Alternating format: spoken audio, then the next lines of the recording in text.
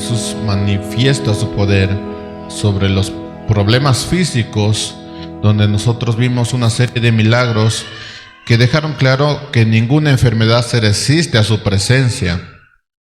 Y es interesante cómo Mateo construye su evangelio, y si bien no deja a un lado el tema físico, el tema de las enfermedades, no lo pone como en primer plano. Después vimos a Jesús hablando y el caos se somete. El viento cayó por una sola palabra de Jesús. Las olas se aquitaron.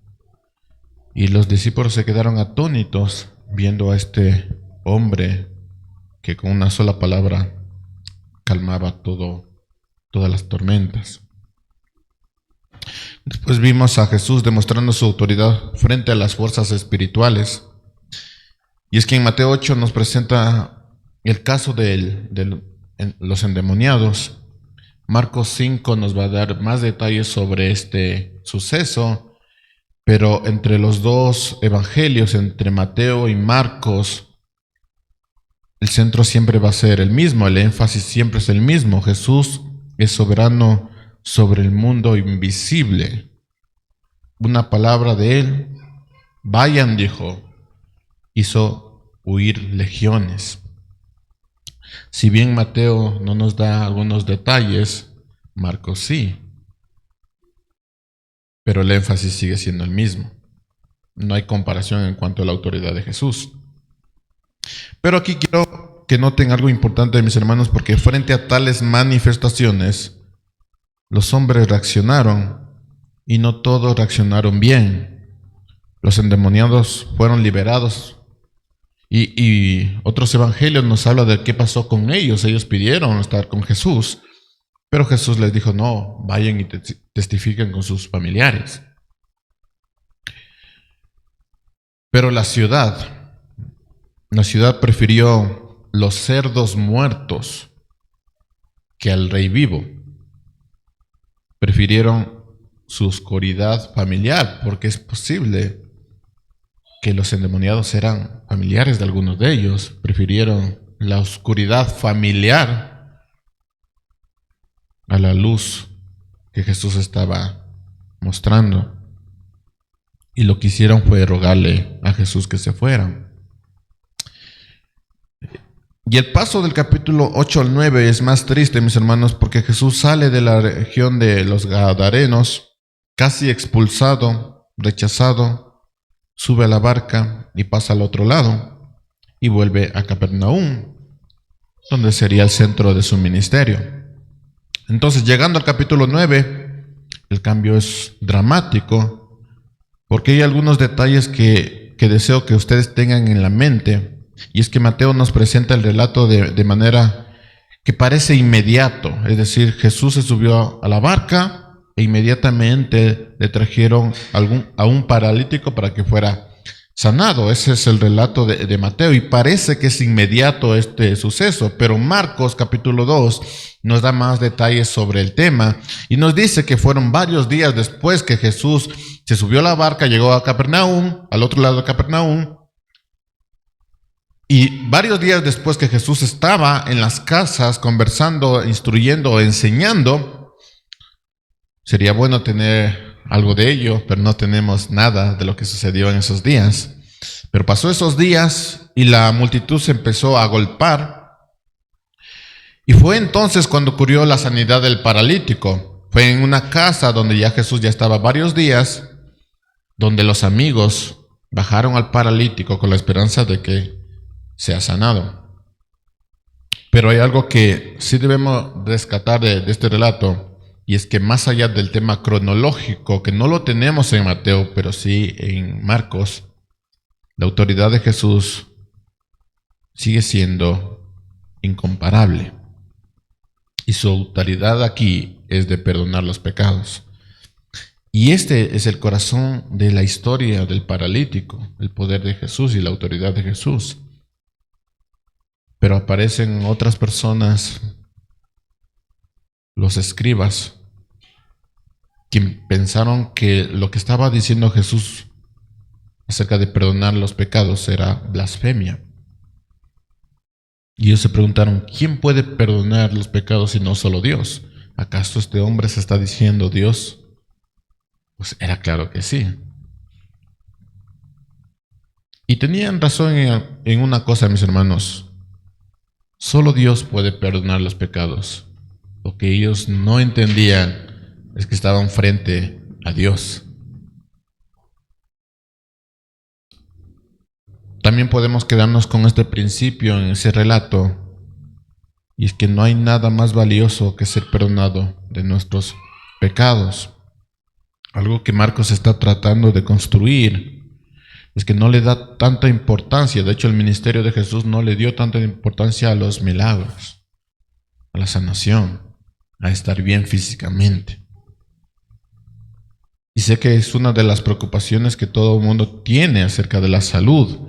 Pero mis hermanos, el regalo más grande que tenemos no es la sanación de nuestro cuerpo, es el perdón de los pecados.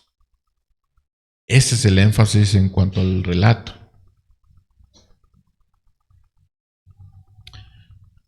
Y sé que también muchas personas van a dar su vida entera para cumplir sus sueños.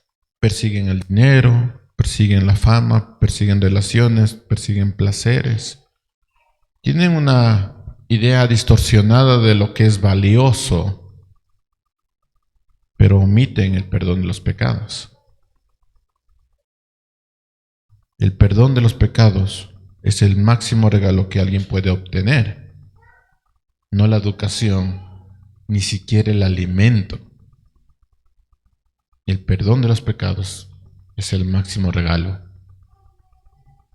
Y hay quienes, por satisfacer su idea de buena vida o de su rol dentro del hogar, dentro de la familia, omiten que el máximo regalo es el perdón de los pecados. Entonces, prefieren dinero, fama, estabilidad económica, estabilidad de la familia, comodidad. Quieren eso, omiten que cuando el tiempo se nos acaba, estaremos frente a Cristo y ahí no va a haber excusas. Entonces, el capítulo 9 es un capítulo de controversias, porque Jesús le está dando mayor prioridad al perdón de los pecados que a la sanación de una persona. Y no termina con el paralítico. El capítulo 9 nos muestra lo escandalizados que estuvieron muchos con respecto a Jesús. Ayer estaba viendo uno de estos videos y que lo hacen en forma de broma, pero era profundo. Una persona leyendo el Antiguo Testamento y dándose cuenta que nosotros somos igual que Israel, de infieles.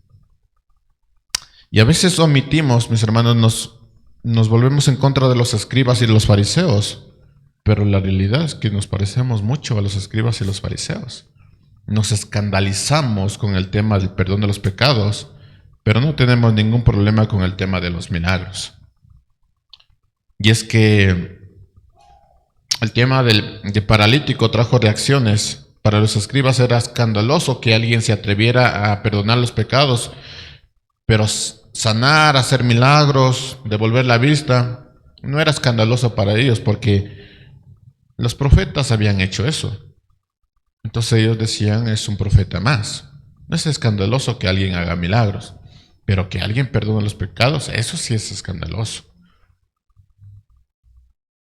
Declarar a alguien justo delante de Dios, eso sí era escandaloso, eso sí era peligroso. Y el texto que veremos hoy es otro escándalo, porque Jesús va a llamar a alguien para ser su discípulo, pero no va a ser cualquier persona. No era un rabino, no era un fariseo, no era un escriba que estaban ahí escandalizados por el tema. no es un hombre piadoso de la sinagoga. Es un recaudador de impuestos, un traidor, un pecador público. Es un hombre sentado en una mesa lleno de dinero, exprimiendo a su propio pueblo para enriquecer a Roma. Es un hombre que posiblemente cobró de más al mismo Pedro y sus hermanos y sus familiares. A ese hombre llama Jesús.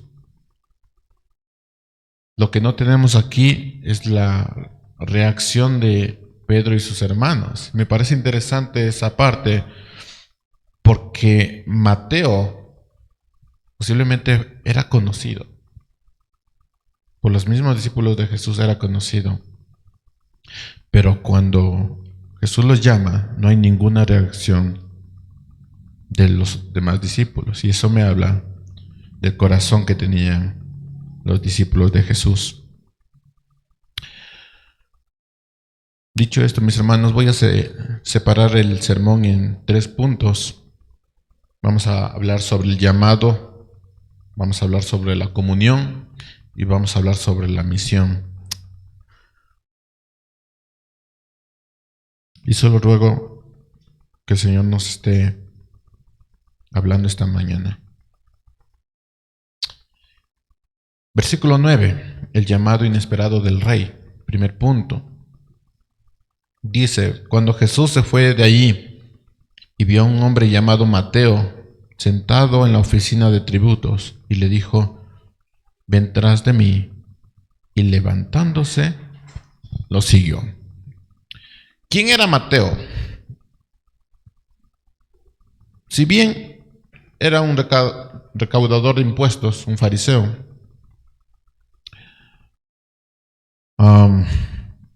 era un hombre en ruina espiritual.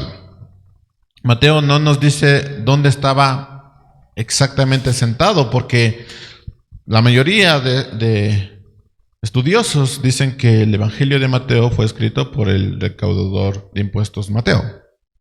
Y Mateo, hablando de sí mismo, de su conversión, no nos dice exactamente dónde estaba.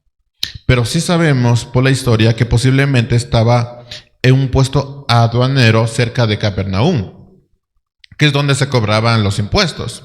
No era un funcionario de alto rango, eso lo sabemos si no lo hubiera puesto, pero era un recaudador local, un publicano. Mateo no era un hombre neutral en el sentido de que no decía, bueno, esto es Roma, esto es mi pueblo, entonces yo solo me voy a poner a hacer mi trabajo y listo. No, no era un hombre neutral. Era un publicano, traidor de su pueblo, cobrador de Roma. Se enriqueció por la injusticia, cobraba de más para llenar sus propios bolsillos. Eso se sabe de los publicanos. Y recordemos la historia de Zaqueo, que devolvió 4 veces más. Significa que ellos cobraban de más. Todos los publicanos tenían esa fama y posiblemente Mateo era uno de ellos. Un hombre rico que se había hecho rico a costa de sus hermanos. Pero para los judíos, Mateo era solo un pecador. Pero más allá de un pecador, Mateo era un caso perdido. Pero el texto dice algo que impacta, y es que Jesús lo vio, no vio al pecado, vio al hombre. No vio su reputación, vio su necesidad. Y sé que al estar acostumbrados a estos relatos podemos perder el centro del mensaje, mis hermanos, porque podemos decir, es un simple llamado. Ya lo conocemos, ya lo entendemos. Pero ese es precisamente el énfasis de estudiar la Biblia paso por paso, palabra por palabra. El no perdernos de las palabras que transforman. Y dentro de esto nosotros podemos ver la autoridad del llamado. Noten la naturaleza de las palabras de Jesús. ¿Qué hizo Jesús? Hizo un diálogo con él, le conversó, dijo, ¿sabes qué? Tú naciste con un hueco en tu corazón, tú me necesitas a mí, tú necesitas al Evangelio. No, Jesús dijo, sígueme. Y eso es todo lo que dijo. Ese sígueme es un imperativo, si lo quieren anotar. No es una sugerencia, no es, ¿te gustaría intentar seguirme? Como muchos predican o evangelizan, ¿no? ¿Te gustaría aceptar a Cristo? Hagamos la oración del pecador. ¿Te gustaría ir a la iglesia? No, esto no es un imperativo, no es una sugerencia, es una orden. Jesús está dando una orden aquí. Y este es el mismo verbo que se utilizó para Pedro, Andrés, Santiago y Juan. El mismo verbo, es una orden. Para los que estamos estudiando entre semana en las casas, sabremos que cuando el Señor hace el llamado eficaz, nadie de nosotros se puede retirar. Esta es una orden, esa es la autoridad de Jesús. Y no hay un llamado diferente para los pecadores y otros para los religiosos. Es el mismo llamado. Sígueme. No es una conversación, no es un debate aquí. Es un sígueme y punto. Esta palabra sígueme también es un presente continuo. Significa, sigue viniendo conmigo. No es un acto momentáneo, no es un acto de ese momento. Es un estilo de vida. Ahora, mis hermanos, es interesante que solo al profundizar en una sola palabra, esta palabra nos deje ver algo importante. El llamado de Jesús no es una invitación a cambiar ciertas partes de nuestra vida. Porque si eres alcohólico, entonces ven a Jesús para que dejes de ser alcohólico. Ese no es el énfasis del Evangelio. O si mientes, ven a Jesús para que dejes de ser mentiroso. O ven a Jesús para tener un buen matrimonio. O ven a Jesús para tener, no sé, un buen trabajo. Ese no es el llamado de Jesús. El llamado de Jesús no es una invitación a cambiar ciertas partes de nuestra vida. El llamado de Jesús es involucrarse a seguirlo para toda la vida. Y eso es distinto a lo que nosotros hemos tenido. Porque ese sígueme es un imperativo continuo. Es decir, sígueme ahora como orden, pero sígueme siguiendo. Es un llamamiento continuo. Es el mismo llamamiento que nos hizo Jesús a nosotros. No es algunas partes que tenemos que dejar, sino sígueme siguiendo. Otra cosa que podemos rescatar de esta simple palabra, sígueme, es el enfoque en la persona. Porque noten que no dice, sigue mis enseñanzas, que también hay cristianos que dicen, bueno, yo estoy de acuerdo con lo que dice la Escritura y voy a seguir la Escritura porque estoy de acuerdo. Pero Jesús no les dice, sigue mis enseñanzas. Si estás de acuerdo, sí. Si no, después nos vemos. No dice eso. Tampoco dice, sigue mi filosofía de vida. Lo que a nosotros nos enseñaban, que el pobre va al cielo y el rico no. Que hoy ha cambiado, ¿no es cierto? Ahora decimos, el estudioso va al cielo y el que no tiene título, no. Pero no es, sigue mis enseñanzas, sigue mi filosofía. Dice, sígueme a mí. Así que ese llamamiento continuo es a Jesús. No a su filosofía ni mis enseñanzas, que parecería contrario a lo que nosotros creemos, pero la persona que se queda solamente con las enseñanzas o con la filosofía en algún momento va a caer. Así que el cristianismo no es un sistema, es una persona. El cristianismo es una persona, es seguir a Cristo. La tercera cosa que puedo notar aquí, mis hermanos, es la respuesta inmediata que tiene Mateo. Mateo no discute. No le dice, Señor, déjame terminar mi jornada laboral, o deja de terminar mis estudios, o cuando ya estemos más establecidos, más tranquilos en la familia, ahí te voy a seguir. Mientras tanto, estoy de acuerdo con tu enseñanza, con tu filosofía. Estoy de acuerdo que Dios salva, que Dios sana. Estoy de acuerdo con todo ese concepto. Pero cuando tenga un mejor trabajo, mejores estudios, mejor estabilidad, ahí te voy a seguir. Eso no dice Mateo. Él no negocia diciendo, bueno, Señor, si tú me das un buen trabajo, yo te voy a seguir para toda la vida. O si haces este milagro conmigo o mi familia, yo te voy a seguir para toda la vida. Eso más se parece a lo que hacen las personas que sigan a la Virgencita del Quinch. Si haces esto, Virgencita, entonces yo te voy a seguir toda la vida.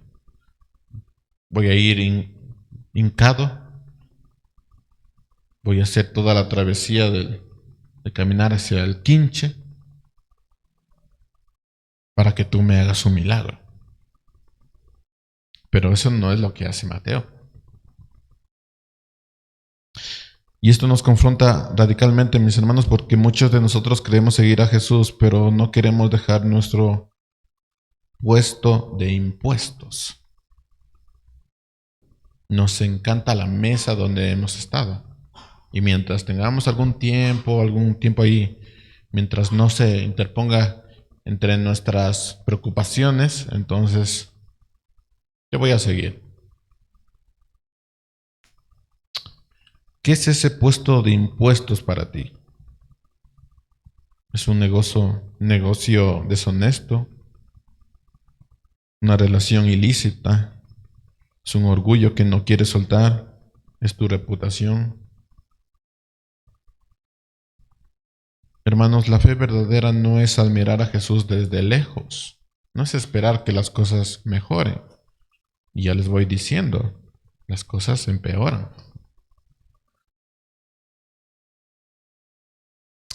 La fe verdadera es levantarse y dejar atrás aquello que nos define para ser definidos por Él. Esa es la fe verdadera. Y Lucas añade en su evangelio algo que me pareció maravilloso, porque narrando el encuentro de Jesús con Mateo, él dice, lo dejó todo. Solo para que lo piensen, es un hombre rico, si bien no era un trabajador de alto rango, era un hombre rico. Y lo dejó todo. Todo.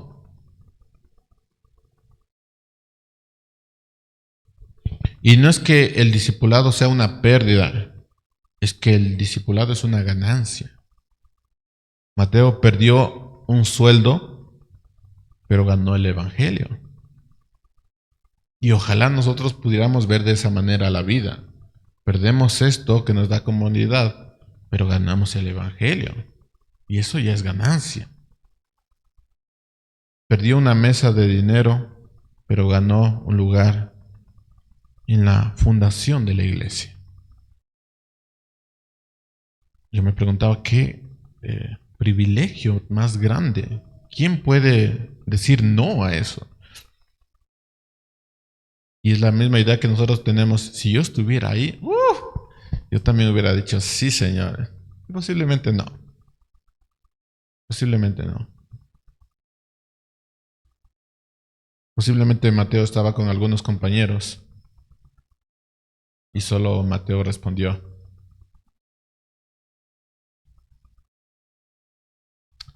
Hermanos, esa simple palabra sígueme es más valioso que cualquier otra cosa. La realidad es que muchos se han quedado con las enseñanzas de Jesús, y bien por ti, pero también mal por ti. Porque Jesús no nos llama solo a estar de acuerdo con sus enseñanzas. Y llama a seguirlo a Él, sin excusas, sin negociación, sin retraso. Mateo deja su mesa, deja su seguridad, deja su identidad, pero cuando Cristo llama de verdad, la gracia produce obediencia. También me preguntaba a mí mismo, yo respondería al llamado de Jesús con la misma prontitud con la que corro hacia un buen trabajo o algo que me promete estabilidad financiera. Con la misma prontitud. ¿Han visto estos, no sé, estos negocios que te dicen invierte un poquito y vas a ganar bastante? Correría así de rápido cuando el Señor me dice, sabes que deja todo tu trabajo y sígueme. Lo haría. Porque cuando se trata del Evangelio, nosotros dudamos y decimos, "Oh, esto está difícil", pero cuando se trata de un buen trabajo, aprovecha, hijo. Aprovecha. Pero cuando se trata del Evangelio, vamos a conversar. O como he escuchado ya por años, vamos a conversar en familia. Conversemos en familia a ver qué podemos decidir. Pero yo estoy seguro que si te ofrecen un trabajo con una estabilidad económica buena, con horario de esos de 10 de la mañana a 12 de mediodía, tú no vas a dudar, tú vas a decir, sí, ¿dónde firmo? Pero el Evangelio a veces se discute. Pero eso no es lo que vemos con Mateo.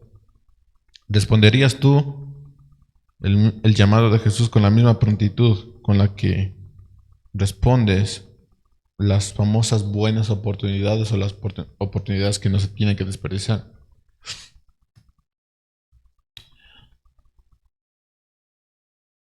Versículo 10 al 12, este será mi segundo punto, la comunión escandalosa del rey. Versículo 10 dice, estando él sentado a la mesa en la casa, muchos recaudadores de impuestos y pecadores llegaron y se sentaron a la mesa con Jesús y sus discípulos.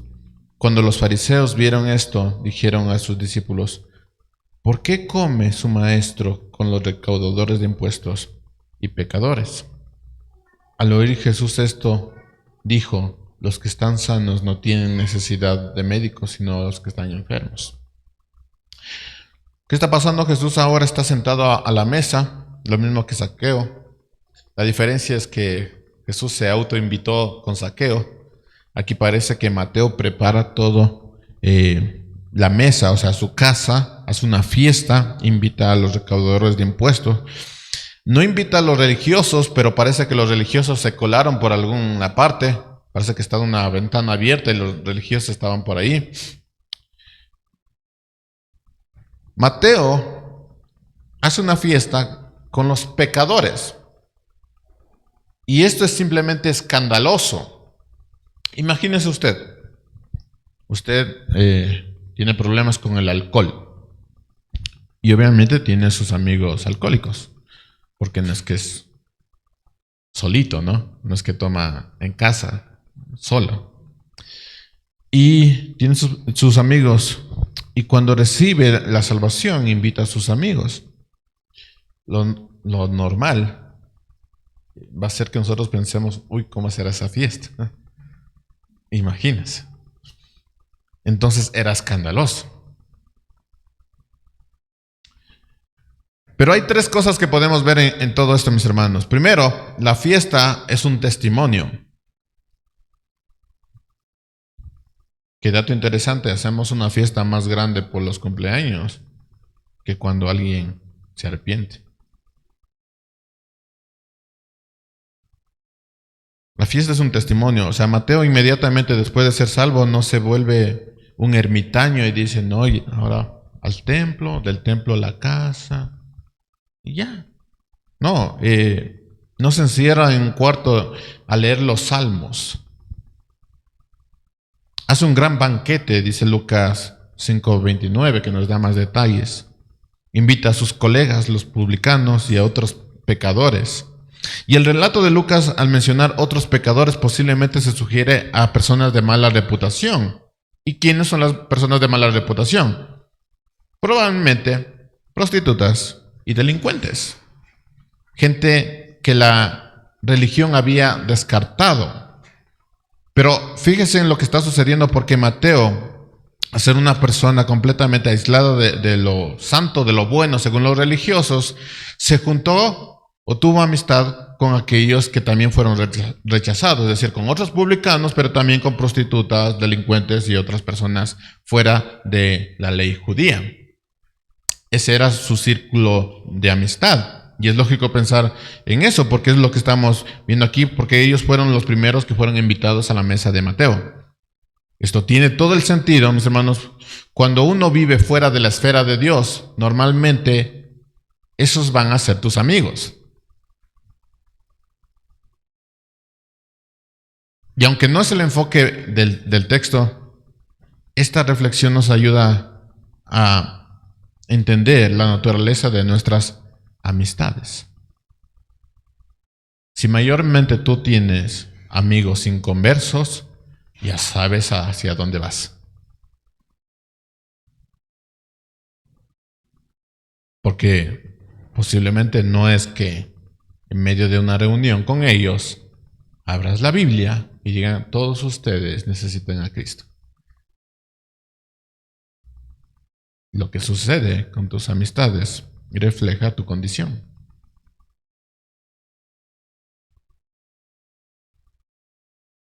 Pero también nos muestra lo que sucede con nuestro entorno cuando un pecador es alcanzado por gracia.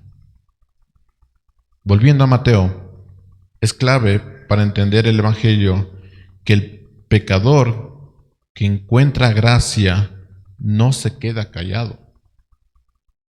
Toda la esfera de amistades, situaciones, decisiones cambia. La respuesta natural a la salvación no es el aislamiento de, ¿saben qué? Voy a dejar de tratar con estos amigos porque me llevan por malos caminos. Esa no es la respuesta. La respuesta es, ven, te invito a la salvación. Eso sería lo normal. Y Mateo dice que si Jesús me aceptó a mí, dice Mateo, no en el texto, pero yo presumo que así lo dijo, si Jesús me aceptó a mí, que era el más vil, también les aceptará a ustedes que son mis amigos. Esa era la idea. Así que la fiesta es un testimonio de lo que sucedió con la salvación. Lo segundo que veo en esta comunión escandalosa es el escándalo de los fariseos, que es el problema de los sanos, entre comillas. Aparecen los fariseos y noten algo, no se acercan a Jesús directamente, sino a sus discípulos. Esto me sonaba mucho y no quiero dirigirme hacia ese lado, pero me suena mucho cuando alguien tiene algo que decir sobre una persona y no se acerca a esa persona directamente, sino que le dice a otra persona, mira, esto está sucediendo. Como les decía, nosotros posiblemente nos parecemos más a los fariseos que a los cristianos. Entonces, se acerca a otra persona y dice, yo no estoy de acuerdo con eso. Eso está mal. Yo tengo otra opinión. Pues acércate a la persona. No se acercaron a Jesús directamente, sino a sus discípulos, intentando sembrar la duda, porque ese es el fin de lo que está pasando. Solo lo pondría de esta manera: si Jesús nos escuchara decir o actuar de esa manera, posiblemente nos dijera, aléjate de Satanás.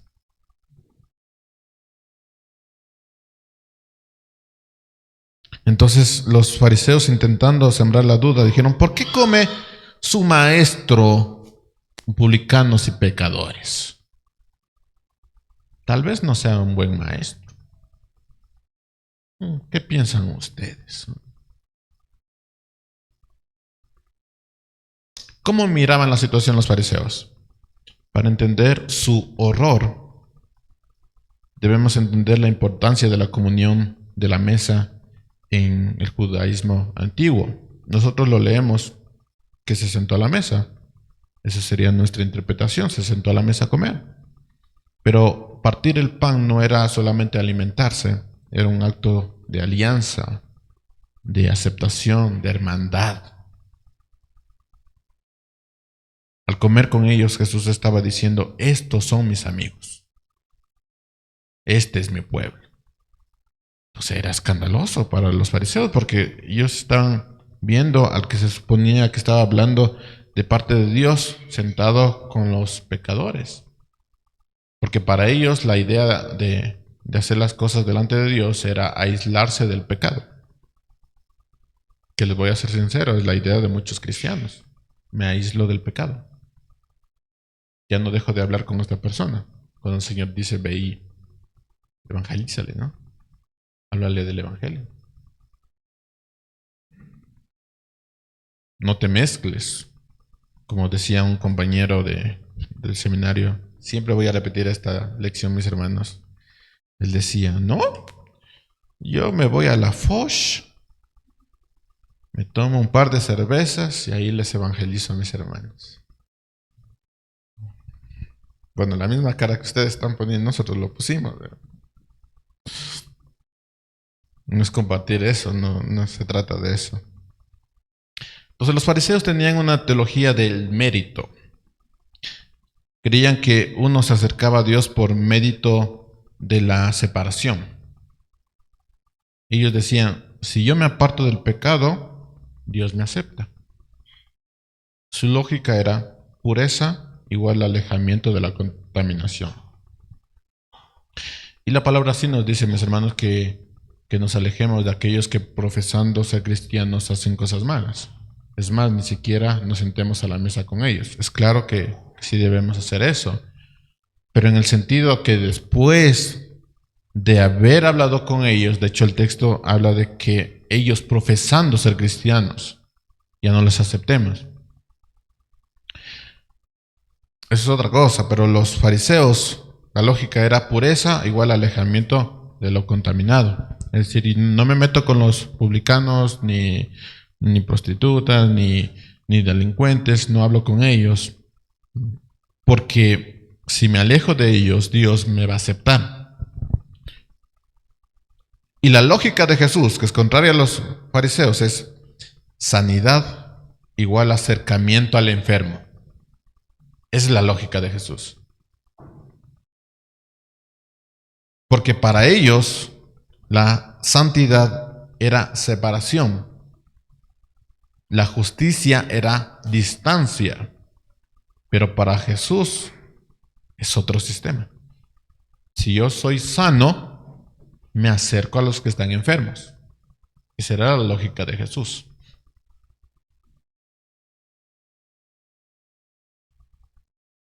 Y la tercera cosa que veo en este punto es la respuesta del médico. Versículo 12. No son los sanos los que necesitan médico. Y esta es una declaración devastadora para quienes estaban escuchando. Porque Jesús no refuta el hecho de que Mateo y sus amigos eran pecadores. Él no está diciendo, no, ellos no son pecadores. Bueno, sí pecaron, pero poquito, ¿no? Bueno, no poquito, bastante, pero tenían familia, tenían cosas que hacer. Y Jesús no está refutando eso, no les dice, saben que ustedes están equivocados. Jesús los está aceptando como pecadores. Y es precisamente por eso es que está en el lugar correcto. Y para dejarlo claro, mis hermanos, Jesús usa la metáfora del médico. Un doctor no es criticado por pasar tiempo en una sala de infectados. El doctor es criticado por no hacer su trabajo.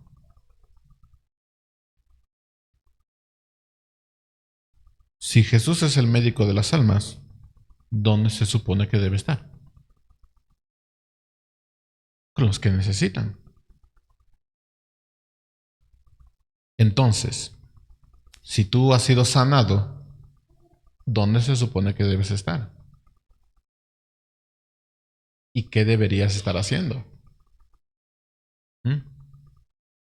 Con tus amigos, con tu familia, con los de tu alrededor. ¿Qué se supone que deberíamos estar haciendo?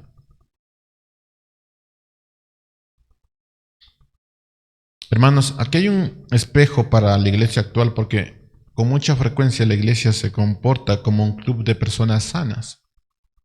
Y nosotros, solo entre nosotros nos vamos a llevar. Tal vez otra iglesia que comparta cierto nombre o cierta ideología, o por lo menos iglesia, ¿no? Pero hasta ahí. Y a veces nos comportamos así, de esa manera, esperando que los enfermos se bañen solos, se vistan bien. Y cuando se vistan bien y se hayan bañado, entonces ahí sí podemos estar con ellos. Así que la pregunta es, ¿somos una comunidad de sanos, alejados de los enfermos, o somos una comunidad de médicos que van con los enfermos?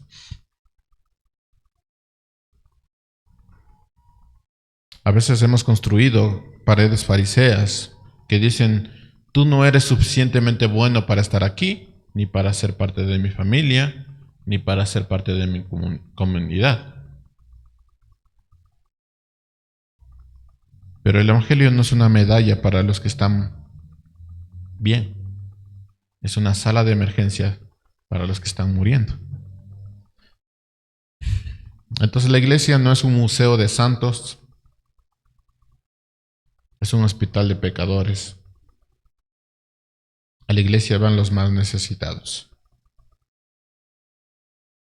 Nosotros vamos a la iglesia porque necesitamos más, no porque sabemos más. Por eso es la urgencia de reunirnos con la iglesia, porque necesitamos más. La diferencia con los de afuera es que ellos creen que no necesitan a Cristo, pero es nuestro trabajo mostrarles que sí. Pero antes que alguien lo piense, Jesús no se reunió con pecadores para ser parte de ellos. Quiso otra cosa. Me voy a vestir como ellos para ser como ellos. Utilizando las palabras de Pablo, ¿no? Que de aquí nadie es Pablo. Jesús no se reunió con pecadores para ser parte de ellos. Ellos van a ser parte de Jesús. Esa es la diferencia. Hay cristianos, entre comillas, que se juntan con inconversos y dicen, no, está bien, son mis amigos. Y se juntan con ellos porque ellos mismos son inconversos. Así que tus amistades sí hablan de cómo está tu corazón. Y cómo impactó la salvación a tu alrededor, sí habla de cómo está tu conversión. Es que si tienes amigos que cuentan esos chistes agradables para el mundo y te encanta estar con ellos, posiblemente tú seas parte de ellos. Por eso te gusta. Y así podemos hablar del entorno familiar, del entorno laboral. Ellos son mis amigos, mis panas, o como dicen ahora los jóvenes, mis brothers. Aunque dicen no brother, dicen mi bro. Porque se sientan más modernos, mi bro. Y esto me lleva a mi tercer punto, versículo 12 a 13. La misión clara del rey, versículo 12, dice, al oír Jesús esto, dijo, los que están sanos no tienen necesidad de médicos, sino los que están enfermos.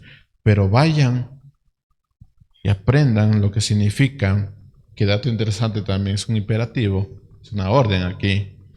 Dice, vayan y aprendan lo que significa misericordia quiero y no sacrificio, porque no he venido a llamar justos, sino a pecadores. Miren, hay dos palabras que aquí nos deben llamar la atención. Si yo fuera fariseo, estas dos palabras me ofenderían profundamente. Si usted es religioso o fariseo, usted se va a ofender profundamente con estas dos palabras. Vayan y aprendan. Esas dos palabras lo podemos separar en dos puntos. Primero, hay una lección pendiente. Jesús les dice, vayan y aprendan. Los está mandando de vuelta a la escuela bíblica. Es decir, ustedes, los fariseos que creen saber mucho de la escritura y de cómo funcionan las cosas, vayan a la escuela. Vayan y aprendan. Tú que sabes mucho del matrimonio y cómo es la vida y te justificas por aquí y por allá, ve a la escuela.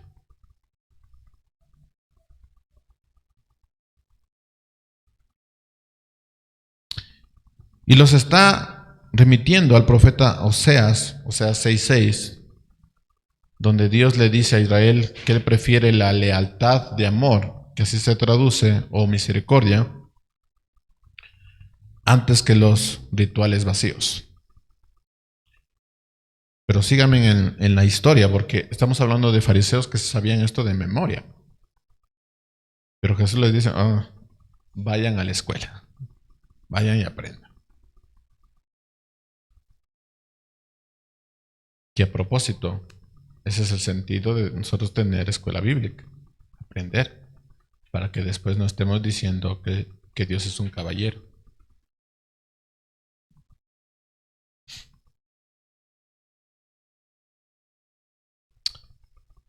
El tema es que los fariseos eran expertos en sacrificios, diezmo, ayuno, lavamiento, pero se habían olvidado del corazón de la escritura. Este es el punto, mis hermanos. Los sacrificios son lo que yo puedo dar a Dios. Pero fuera de Cristo, ustedes saben que todo sacrificio es trapo de inmundicia. Fuera de Cristo. Con Cristo son buenas dádivas. Pero la misericordia es lo que Dios da a los indignos. Lo que Él espera que nosotros también demos a los demás.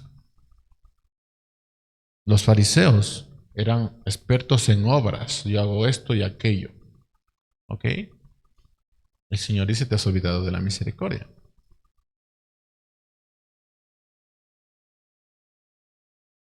Ustedes saben que parte del liderazgo es orar por los demás. Es algo que hemos estado impulsando, orar por la congregación. No por la congregación en general, que es lo típico, ¿no? Sino por persona con nombre y apellido. Que corte comercial también es importante la membresía ahí. Pero una cosa es orar por esa persona y otra cosa es dejarlo en sus problemas. Y posiblemente no tengamos el suficiente dinero para ayudar a otras personas, pero sí podemos acompañarlos. Entonces podemos pasar de una idea de obras a ser misericordiosos. No te puedo pagar la deuda que tú tienes, pero sí te puedo acompañar. Por lo menos a tomarnos un cafecito. Lo que vemos aquí, mis hermanos, es que los fariseos tenían una religión de transacciones. Yo doy algo y Dios me tiene que dar algo. Pero Jesús trae una religión de transformación. Esa verdad es diferente y confronta a los fariseos con su necesidad de volver a la escuela. Tú que creías cómo era el cristianismo, tienes que volver a la escuela.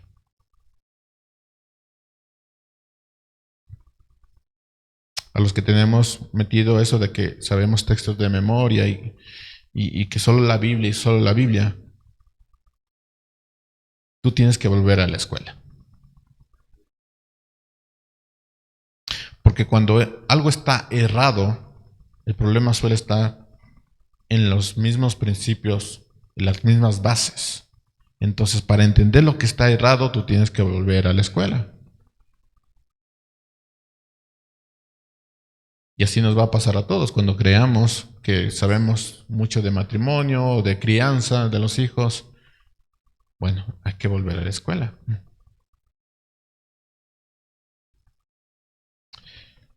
El segundo punto dentro de este punto es el propósito de la venida de Cristo. Jesús termina con una declaración que es el corazón de este sermón y de todo el cristianismo.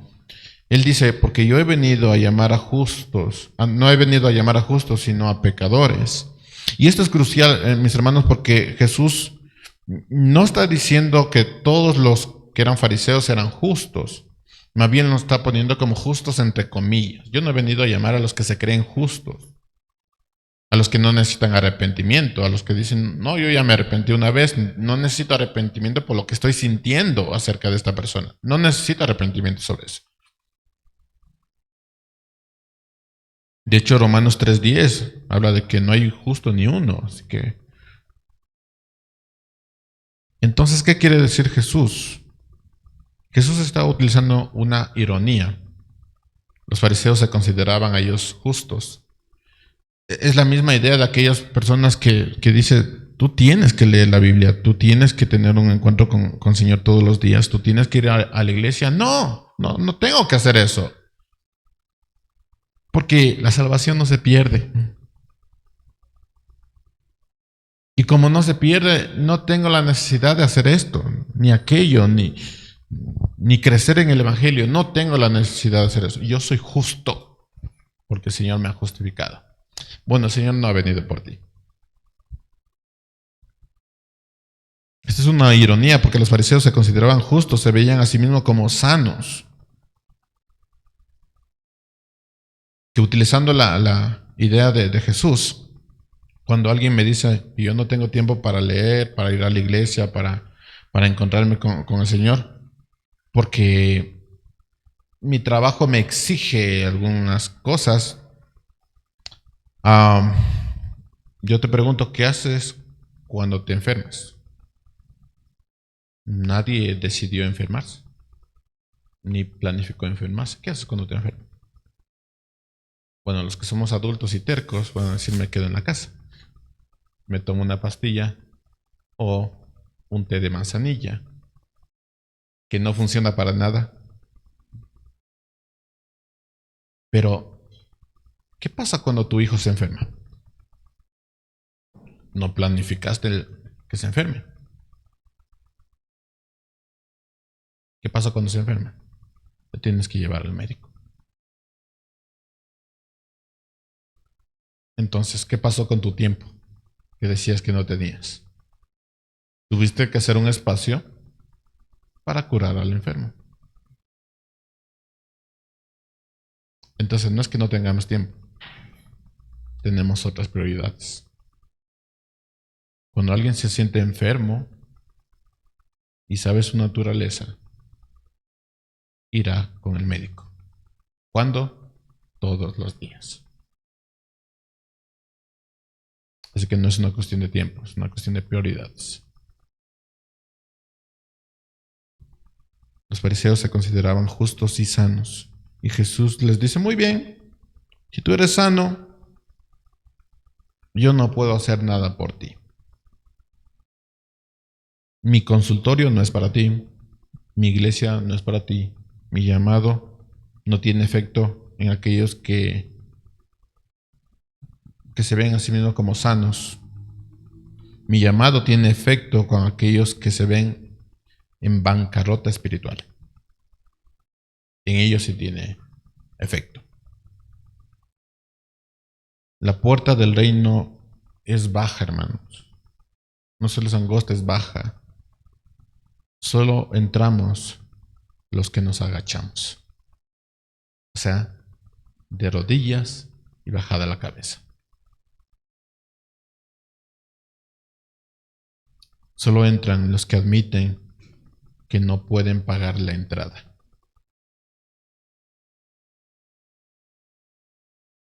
Y esto hace que nosotros conectemos con el corazón del texto, porque hoy el Rey te llama, no ha dejado de llamar.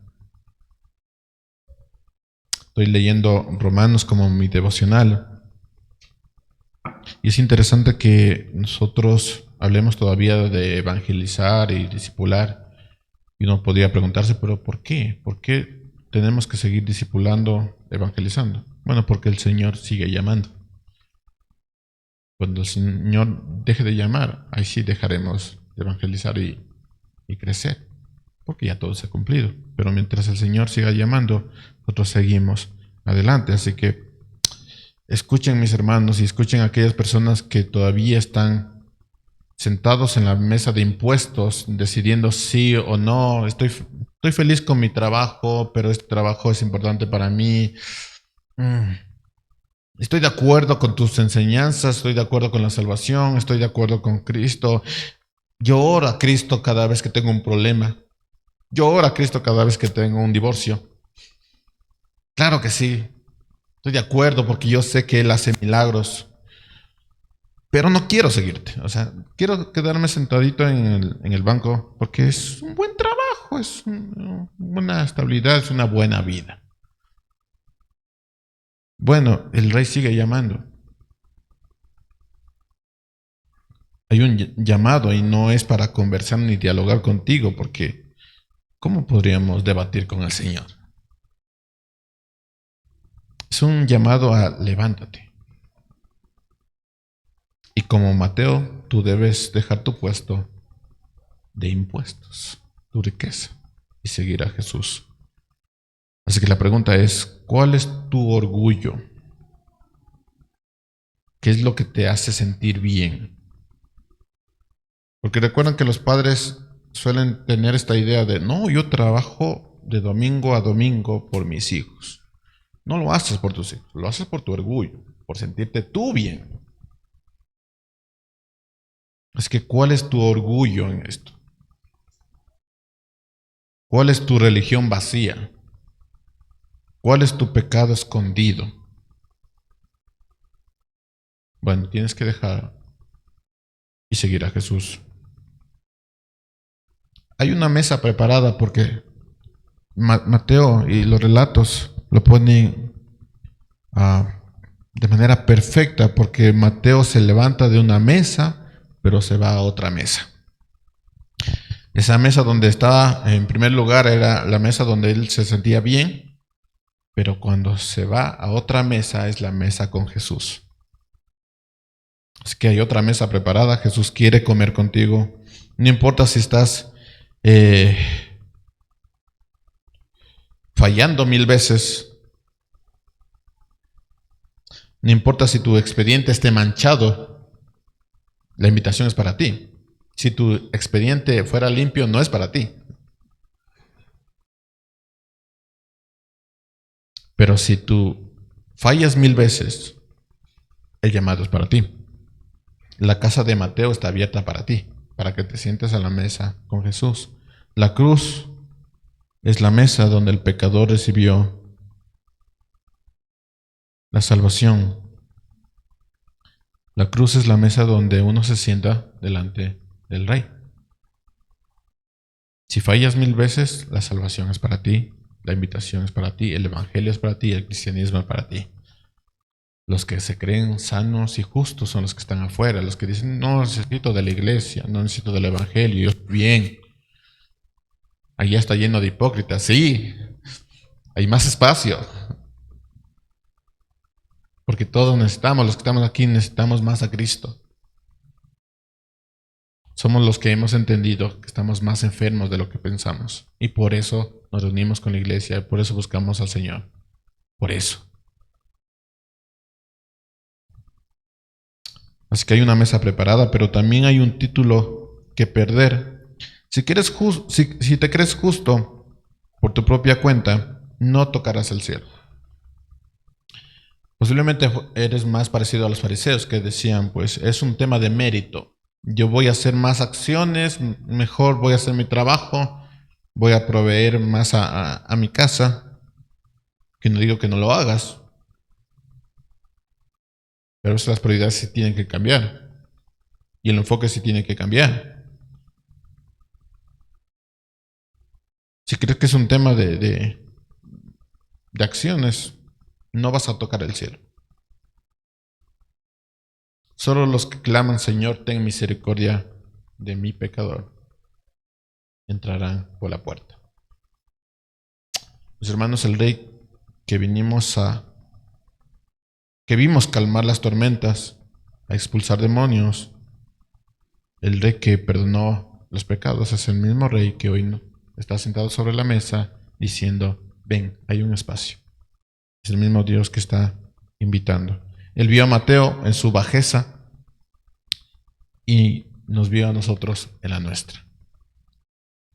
No te dice, mejórate y después vienes. Él te dice, ven, ¿cómo estás? Y yo te haré una nueva criatura. No porque aprueba tu vida, sino porque no aprueba tu vida. Ese es el llamado. Así que como Mateo dejó las facturas, dejó el dinero, lo dejó todo para seguir a Cristo, tú también tienes que dejar tu orgullo, tu religión muerta, tu pecado favorito, tu cinismo, porque es cierto que muchos se creen más inteligentes que Jesús. Así que tienes que dejar tu cinismo, tienes que dejar tu desesperanza, porque Jesús vino por los que no son justos y los que tienen muchas cosas que sanar. Vino por los como tú y yo, que sabemos que estamos enfermos. ¿Qué harás con el rey? ¿Le rogarás que se vaya, quedándote con tus cerdos, con tu mesa? ¿O te levantarás y dejarás todo y le seguirás? Es un imperativo de sígueme siguiendo, continúa siguiéndome toda la vida. El llamado sigue siendo el mismo. Y tú estás llamado a la mesa del Señor.